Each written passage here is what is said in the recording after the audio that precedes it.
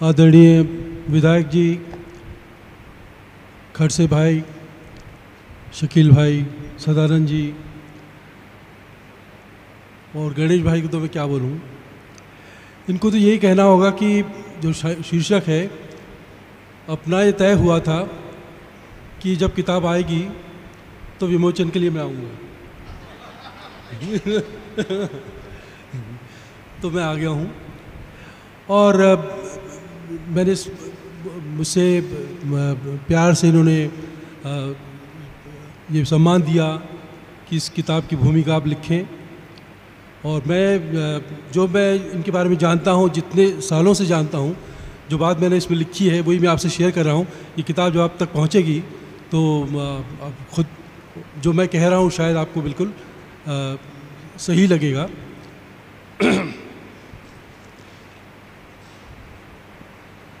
गणेश गायकवाड़ भाई पेशे से डॉक्टर हैं, लेकिन तबीयत से शायर हैं।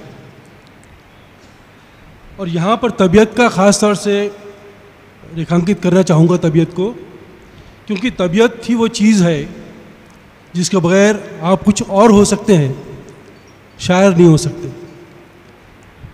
पढ़ लिख कर आप डॉक्टर बन सकते हैं, इंजीनियर बन सकते हैं, CEO बन सकते हैं, कुछ बन सकते हैं, किसी भी पेशे में जा सकते हैं। लेकिन किसी कला के क्षेत्र में कुछ करने के लिए, बढ़ने के लिए वो तबीयत का होना बहुत ज़रूरी है। और वो उनको डॉक्टर होते हुए वो तबीयत उन्होंने पाई है, और इसलिए वो शायरी भी जैसी होनी चाहिए उस राह में बिल्कुल सही सफ़र पे हैं। और ये शौक़, लगन, जुनून, इसके बगैर काम नहीं होता। पैशन, प्रोफेशन एक अलग चीज़ होती है, पैशन अलग चीज़ होती है, और इन दोनों का ये संतुलन बिठाए हुए हैं, ये बड़ी बात है। तो मैं इनका डॉक्टरी रूप भी देख चुका हूँ, यहाँ पे इनकी क्लिनिक पे भी गया हूँ, और जिस ढंग से ये पूरे बुल्ढाना में एक सर्जन के तौर पर प्रसिद्ध हैं, और उसके बावजूद अपने लेखन में भी उतने ही सक्रिय हैं और लगातार अपना लेखन। आज इनकी 8वीं किताब है, ये बहुत बड़ी बात है। मतलब अच्छे अच्छे लोगों की दूसरी तीसरी के बाद मुश्किल हो जाता है आगे बढ़ना, लेकिन 8वीं किताब इन्होंने तो एक क्रिएटिविटी का एक लगातार जारी रहना, और वो भी डॉक्टरी पेश के साथ, तो ये बड़ी बात है। मैं उसके लिए उनको बधाई देता हूँ। और इनकी कई शेर हैं जो इस किताब में आप देखेंगे और मैंने पढ़े हैं, और जो मैं ख़ास तौर से रेखांकित करना चाहूँगा, जो मुझे अच्छे लगे। और उनके सफ़र को मैंने शुरू से देखा। शुरू से क्या मतलब, मैंने पहली बार उनको शायद नागपुर में, है ना, ये हम नागपुर में मिले थे, वो काफ़ी पुरानी बात है। और फिर हम अमरावती में शायद मिले, फिर पुणे में। तो इस तरह से जगह जगह मिलते रहे, और उनकी रचनाएं भी मैं पढ़ता रहा। तो ये जब किताब के बारे में उन्होंने अपना ये भेजा मज़मून, और अपना ये जो कुछ गज़लें, तो जब मैंने उनको देखा तो जो सफ़र मेरे सामने हुआ वो उसमें नज़र आया, और एक बेहतर और पुख्ता होता हुआ कलाम मेरी नज़र से गुज़रा। कुछ शेर हैं जो मैं आपसे शेयर करना चाहूँगा और जो मुझे अच्छे लगे।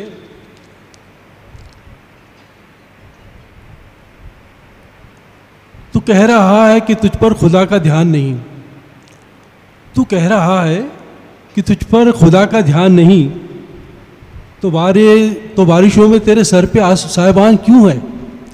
तू कह रहा है कि तुझ पर खुदा का ध्यान नहीं, तो बारिशों में तेरे सर पे साहिबान क्यों है। और एक और शेर है कि यार खुशबू का मज़ा लेके चले जाते हैं, यार खुशबू का मज़ा लेके चले जाते हैं, मैं वो चंदन हूँ जो सांपों से घिरा रहता हूँ। यार खुशबू का मज़ा लेके चले जाते हैं, मैं वो चंदन हूँ जो सांपों से घिरा रहता हूँ। और इसी तरह से एक और शेर देखें कि रात में आके कभी देखिए मेरी रौनक, रात में आके कभी देखिए मेरी रौनक, मैं चिरागों की तरह दिन में बुझा रहता हूँ। तो एक अंदाज़ है इसका, बहुत खूबसूरत। रात में आके कभी देखिए मेरी रौनक, मैं चिरागों की तरह दिन में बुझा रहता हूँ। और ये शेर देखें कि चाहतों का ये ख़जाना कभी खाली न हुआ, चाहतों का ये ख़जाना कभी खाली न हुआ, चाहतों का ये ख़जाना कभी खाली न हुआ, खर्च होता हूँ मगर फिर भी भरा रहता हूँ। ये बड़ी बात।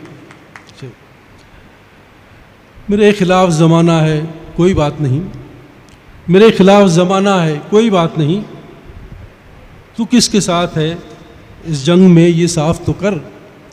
और ये बहुत बड़ी बात है और बहुत ज़रूरी बात है आज के ज़माने में कि आप किस तरफ हैं, इस तरफ या उस तरफ, और जो किसी तरफ नहीं होता वो गलत तरफ होता है।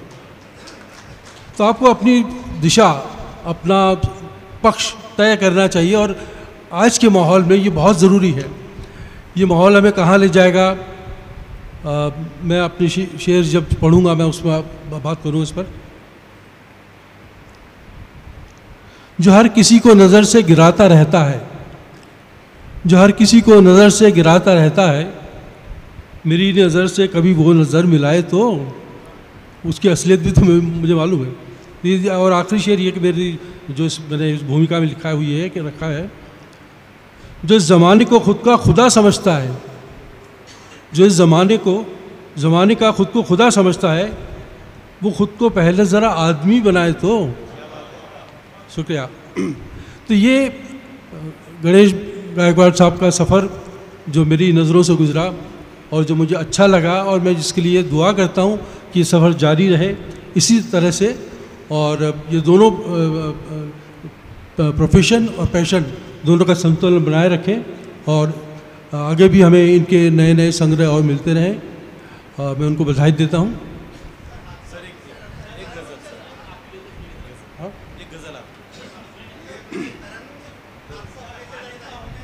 हाँ हाँ, एकदा टाळ्या वाजवल्या पाहिजे आपण।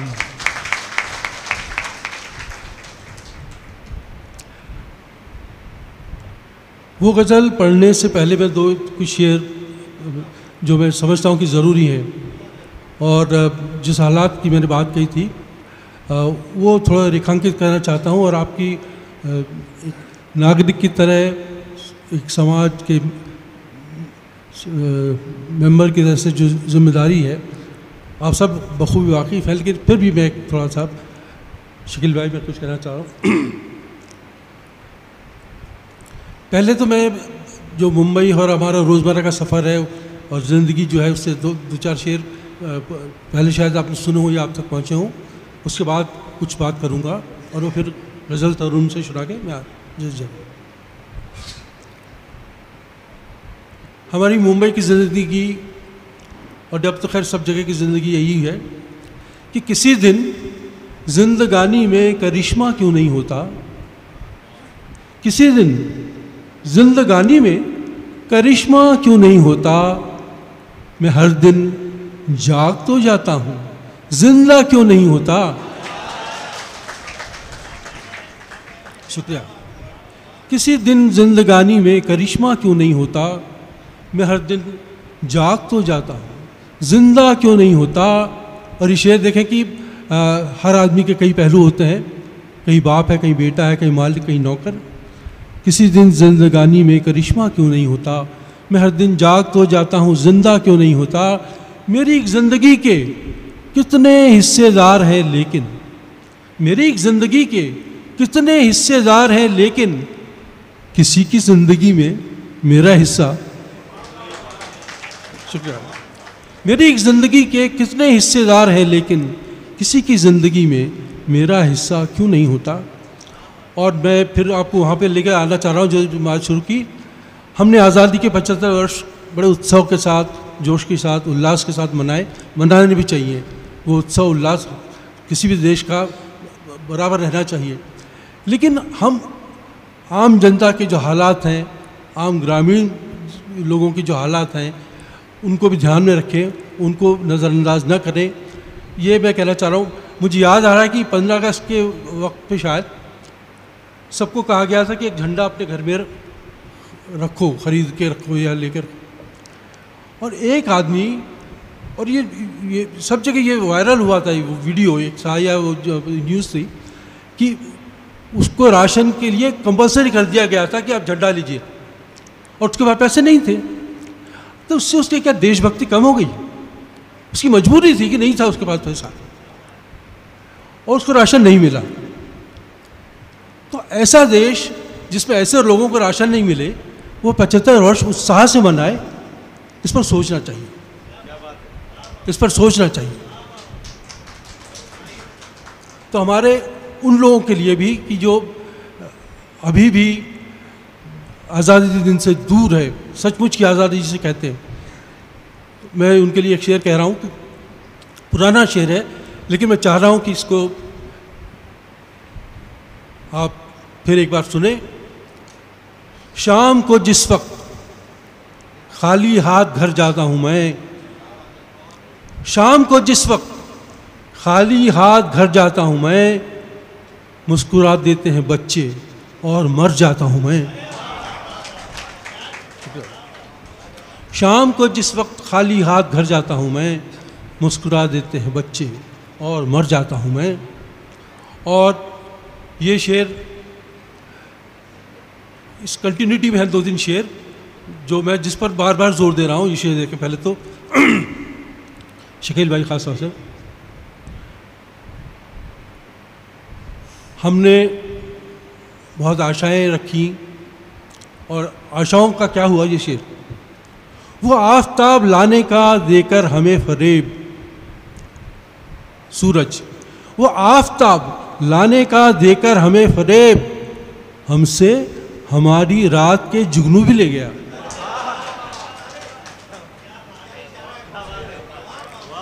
शुक्रिया, क्या बात है सर। वो आफताब लाने का देकर हमें फरेब, हमसे हमारी रात के जुगनू भी ले गया। और ये शेर, ये जो उथल पुथल हमारे समाज में, देश में, मैंने उम्र के इतने साल गुजार दिए, ऐसी उथल पुथल, सामाजिक उथल पुथल, हर तरह की उथल पुथल नहीं देखी। और ये क्यों है? जो मैंने शकील भाई, जो आपने अपनी दिन में बात हो रही थी कि वो बात शेर के तौर पे आनी चाहिए, जो आप कहना चाह रहे हैं कमेंट, वो शेर के तौर पे आना चाहिए, शेर बनना चाहिए उसको। और मुझे लगता है ये कोई शेर बना है। ये क्यों है इसका एक देखिए।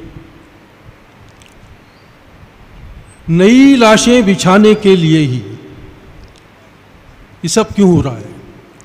नई लाशें बिछाने के लिए ही गड़े मुर्दे उखाड़े जा रहे हैं। नई लाशें बिछाने के लिए ही गड़े मुर्दे उखाड़े जा रहे हैं। और एक और शेर अलग रंग का, छोटी बहर का शेर। एक आंसू कोरे कागज पर गिरा, एक आंसू कोरे कागज पर गिरा और अधूरा खत मुकम्मल हो गया। एक आंसू कोरे कागज पर गिरा और अधूरा खत मुकम्मल हो गया। और वो गज़ल मैं तरन्नुम से पेश कर देता हूँ फिर।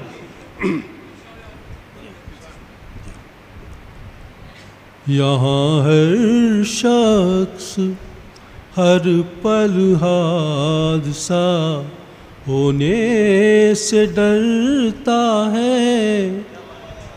यहाँ हर शख्स हर पल हादसा होने से डरता है। खिलौना है जो मिट्टी का फना होने से डरता है। बहुत यहाँ हर शख्स हर पल हादसा होने से डरता है। खिलौना है जो मिट्टी का फना होने से डरता है। और एक खास शेर जिसने मुझे सबसे ज़्यादा प्यार दिया, पहचान दी। मेरे दिल के किसी कोने में एक मासूम सा बच्चा मेरे दिल के किसी कोने में, एक मासूम सा बच्चा बड़ों की देख कर दुनिया बड़ा होने से डरता।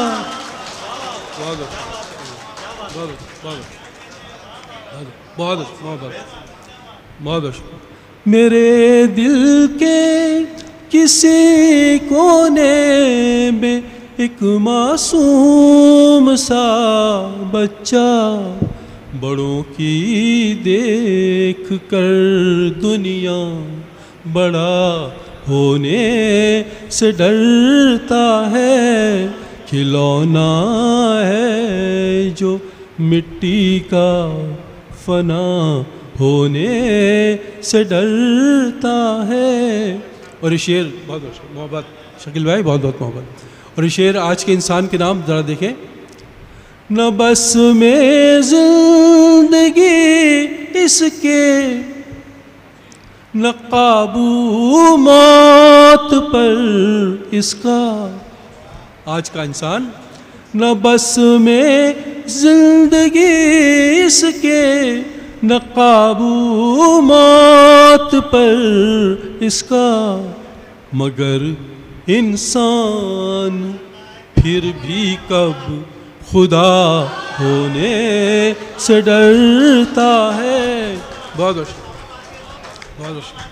बहुत न बस में जिंदगी इसके, न काबू मौत पर इसका, मगर इंसान फिर भी कब खुदा होने से डरता है।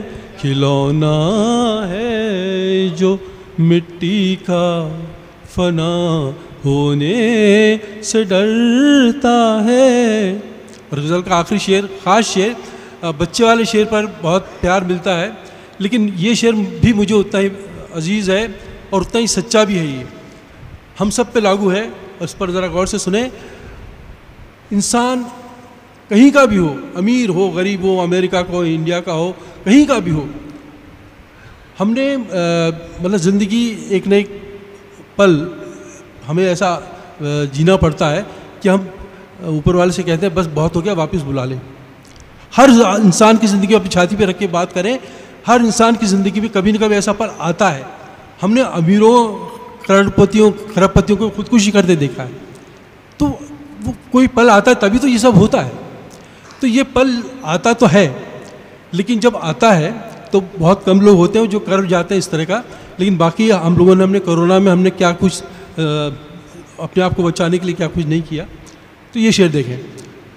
न बस ये यहाँ हर शख्स हर पल हादसा होने से डरता है। वो शेर, अजब ये जिंदगी की कैद है, दुनिया का हर इंसान। अजब ये जिंदगी की कैद है, दुनिया का हर इंसान रिहाई मांगता है और रिहा